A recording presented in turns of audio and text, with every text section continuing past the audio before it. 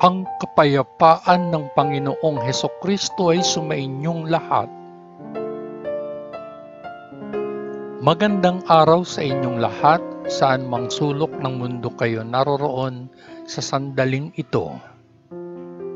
Ang babasahing mabuting balita sa araw na ito ay pinamagatan kong kung kayo ay may pag-ibig sa isa't isa, malalaman ng lahat na kayo ay aking mga alagad.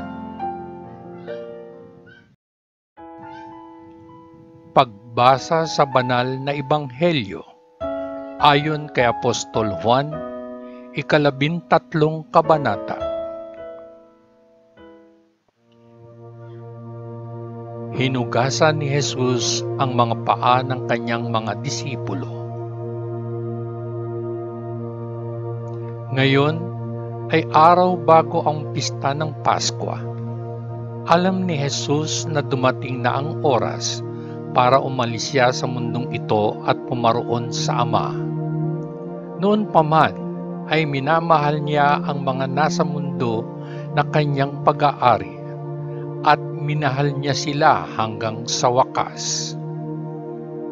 Si Jesus at ang kanyang mga disipulo ay nasa hapunan. Inilagay na ng dyablo sa puso ni Judas, ang anak ni Simon Iscariote, ang kaisipang ipagkanulo si Jesus. Alam na ni Jesus na binigyan siya ng Ama ng ganap na kapangyarihan. Alam na niya na siya ay nanggaling sa Diyos at pupunta sa Diyos.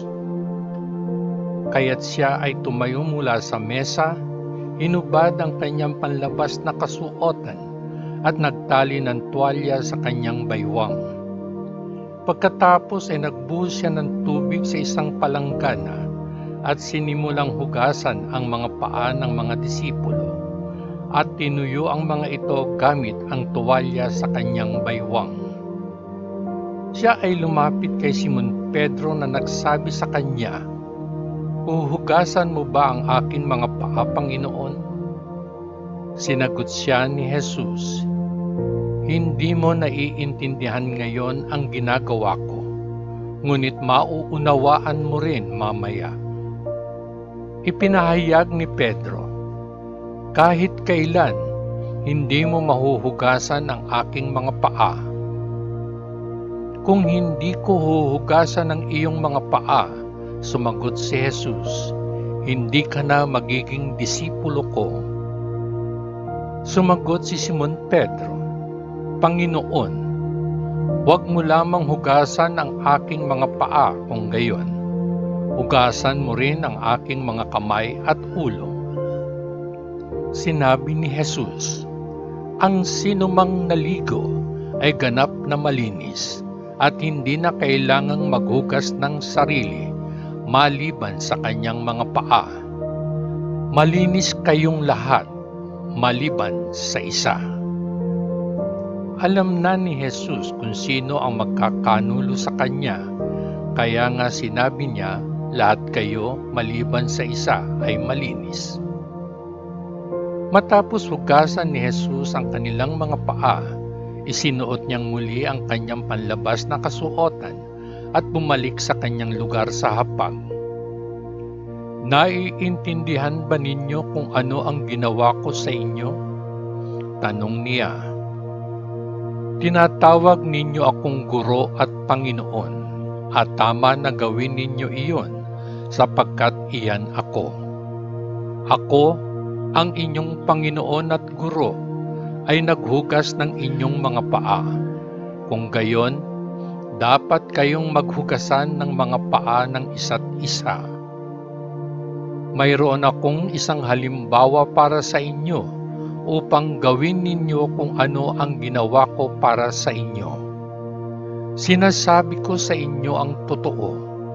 Walang alipin na mas mataas kaysa sa kanyang Panginoon, at walang sugo na mas mataas kaysa sa nagsugo sa kanya. Ngayong alam na ninyo ang katotohanan ito, napakasaya ninyo kung isasabuhay ninyo ito.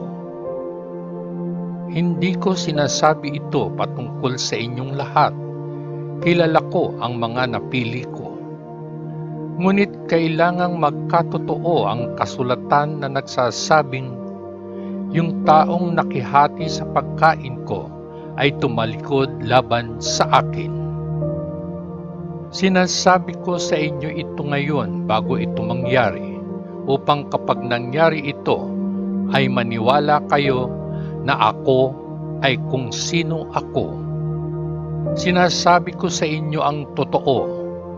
Sino mang tumatanggap sa sino mang sinugo ko, ay tinatanggap din ako.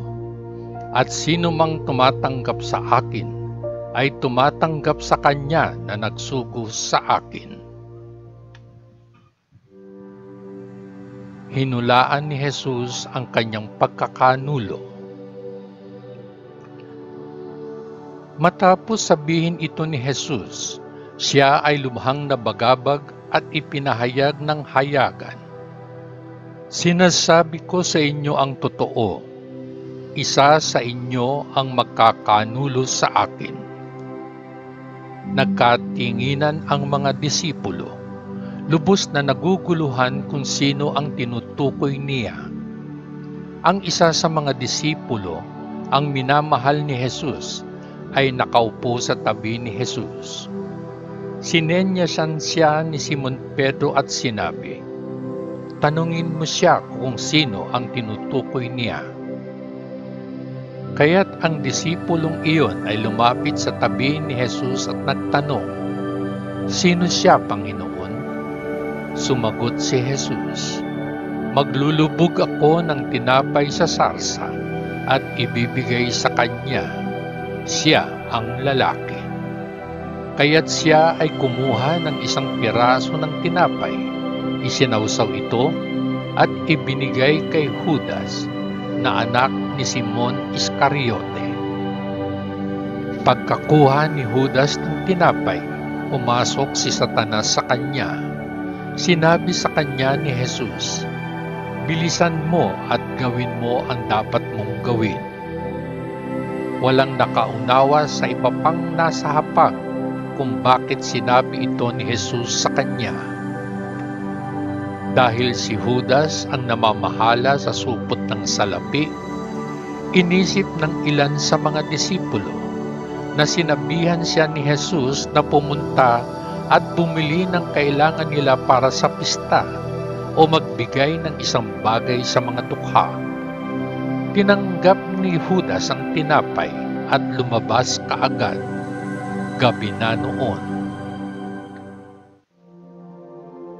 Ang bagong utos. Pagkaalis ni Judas, sinabi ni Jesus, "Ngayon ang kaluwalhatian ng anak ng tao ay nahayag. Ngayon ang kaluwalhatian ng Diyos ay nahayag sa pamamagitan niya. At kung ang kaluwalhatian ng Diyos ay nahayag sa pamamagitan niya, kung gayon, ang Diyos ay maghahayag ng kaluwalhatian ng anak ng tao sa kanyang sarili, at agad niya itong gagawin. Aking mga anak, hindi na ninyo ako makakasama pa ng matagal. Hahanapin ninyo ako, ngunit sinasabi ko sa inyo ngayon ang sinabi ko sa mga awtoridad ng mga Hudyo. Hindi kayo makakapunta sa pupuntahan ko. At ngayon ay binibigyan ko kayo ng isang bagong utos. Ibigin ang isa't isa.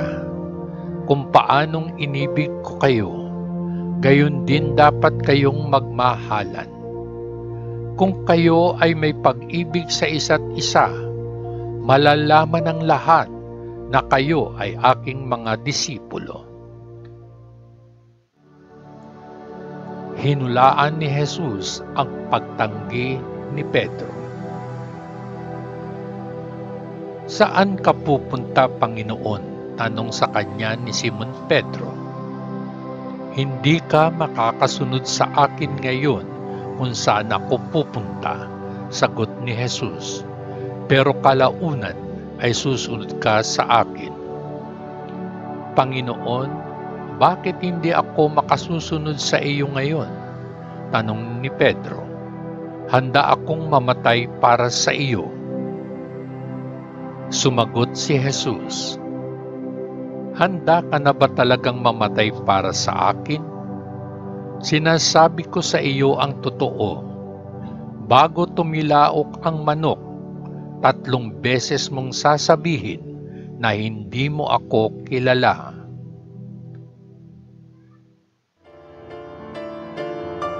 Ang mabuting balita ng ating Panginoon.